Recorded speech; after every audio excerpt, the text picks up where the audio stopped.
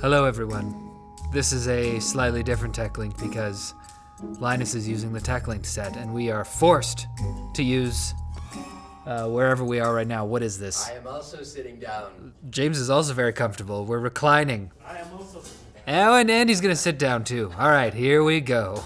Hey, tell you what, if you've been planning to build a gaming rig primarily to play Fortnite, you might want to think twice, especially if you have an iPad Pro. All right, the game's latest Apple App Store update means Fortnite now supports 120 frames per second on the 2018 iPad Pro. Wow, that's some extra buttery smooth flossing. You know the thing? Can't do it because I'm sitting. Costs as much as a gaming rig. That's true. It's a little more expensive. Do keep in mind that there is a resolution and quality trade-off, and the frame rate does dip below 120 sometimes, depending on what exactly is happening on your screen, but it's still pretty cool to see this on a tablet, especially as some platforms like the Nintendo Switch don't offer such an option. For the more competitive among you, the higher refresh rate could offer a gameplay advantage, though I'm not sure what the Venn diagram with hardcore esports enthusiasts and iPad Pro gamers would look like. Probably very small. CES 2020 was a bit disappointing for those of us who expected more PlayStation 5 news, other than what the name was. But now it looks like we might be seeing a lot more of the upcoming console very soon. More than the logo? Imagine! A God of War developer tweeted last week that we're less than a month out from the official reveal. Another leak also suggests we'll be seeing it in early February, with it going on sale in October for $499 or $449 of Her Majesty's pounds. And if the leak that performance will be similar to the upcoming Xbox Series X for $100 less is true, it might put Microsoft in a very difficult spot. Of course, these are all just rumors for the moment, but at least it gives you something to look forward to for next month if you're facing the prospect of spending another Valentine's Day alone. But that doesn't matter, as long as you got a nice, comfy pillow.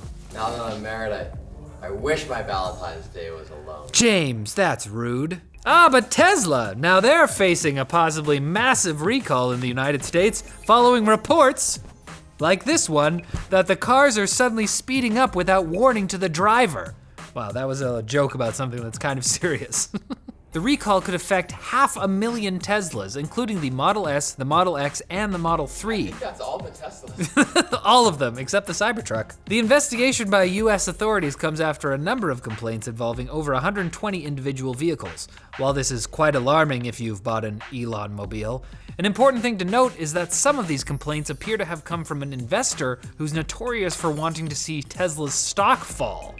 And claims of unintended acceleration involving other vehicles in the past have often come from user error, like accidentally stepping on the gas. I read about that. I do that all the time. People have done it. So maybe AI isn't actually plotting to kill us all yet. That's the key modifier there. The Quick Bits brought to you by the Massdrop X Sennheiser HD6XX headphones. These cans are one of Drop.com's all-time best sellers with over 60,000 sold. They're based on the HD650, which delivers balanced mids and a natural sounding bass.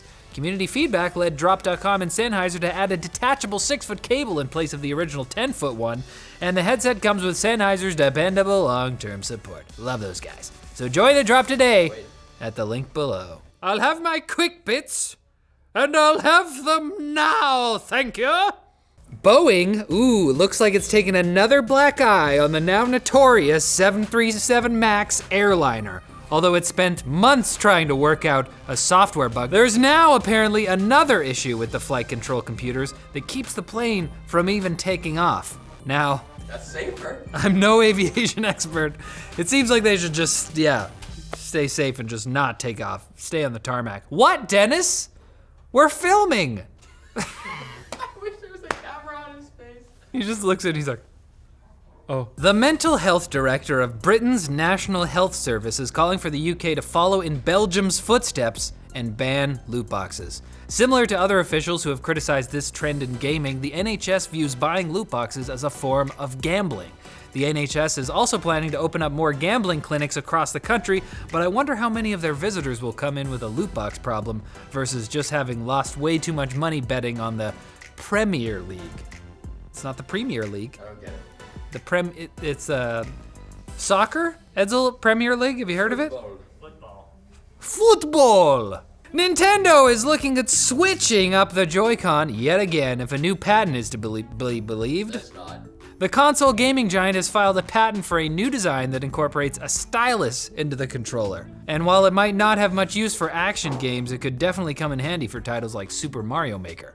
No word on if or when it'll be released, but I'm definitely looking forward to another small, easy to lose electronics accessory. I want a stylus for all my devices.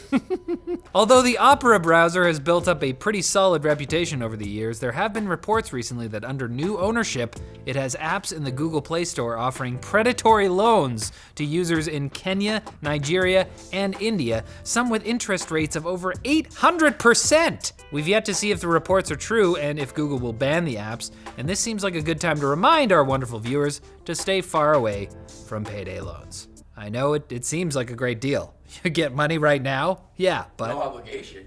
Wait, easy. No, there's no obligation. And the FBI has seized the website WeLeakInfo, which is exactly what it sounds like. A reseller of usernames and passwords stolen in data breaches. The suspected perps have also been arrested by cops in the Netherlands and Northern Ireland. Definitely a good thing, as the site's owners were selling subscription access to the stolen credentials for as low as $2. So don't forget to check Have I Been Pwned to make sure your private info wasn't sold for the price of a Coca-Cola. All right, that's our show, guys. Come back on Wednesday for more fizzy, refreshing tech news.